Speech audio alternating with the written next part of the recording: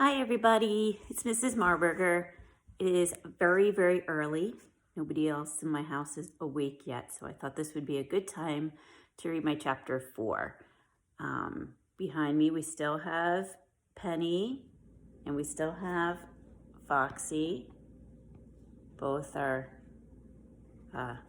still very sleepy themselves, so hopefully they behave. All right, chapter 4. Not hunting for his grandfather's flashlight. That was the first mistake of the trip.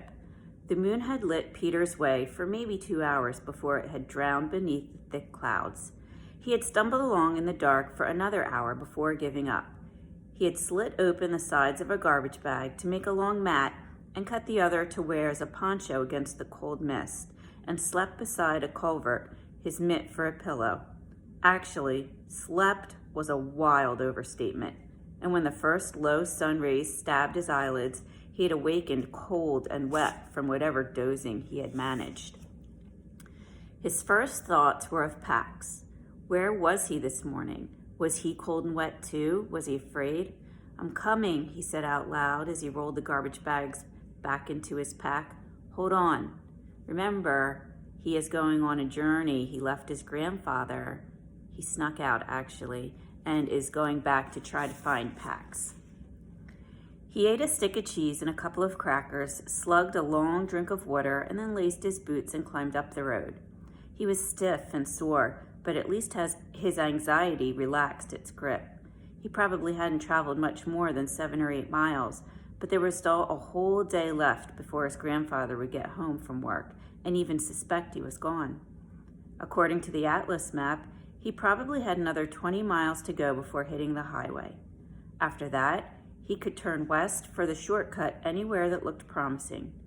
He had slept deep in the woods tonight, out of civilization. The riskiest part of the trip was behind him.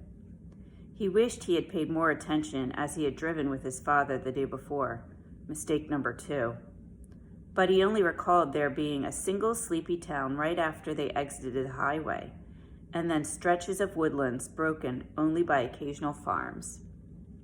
Peter walked for 5 full hours. Blisters formed on his heels, and his shoulders ached from the pack, but every step brought him closer to Pax and the home that he should have never left.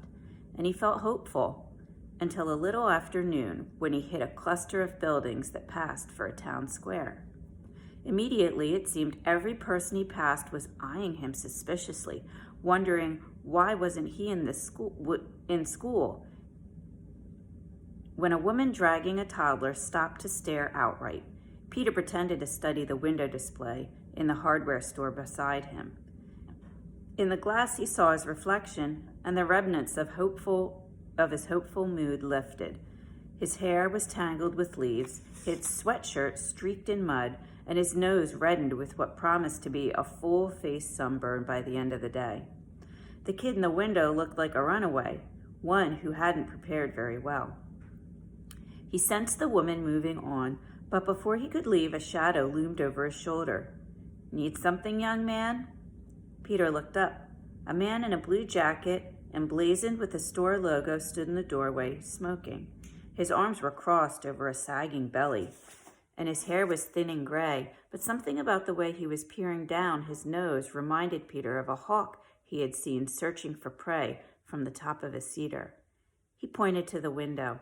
Peter looked back at the display, seed packets and gardening tools. "Oh, no, I was just, do you sell flashlights?" The man cocked his head and eyed Peter while he took a drag on his cigarette, and again Peter was reminded of the hawk. Finally, he nodded. "Aisle 7.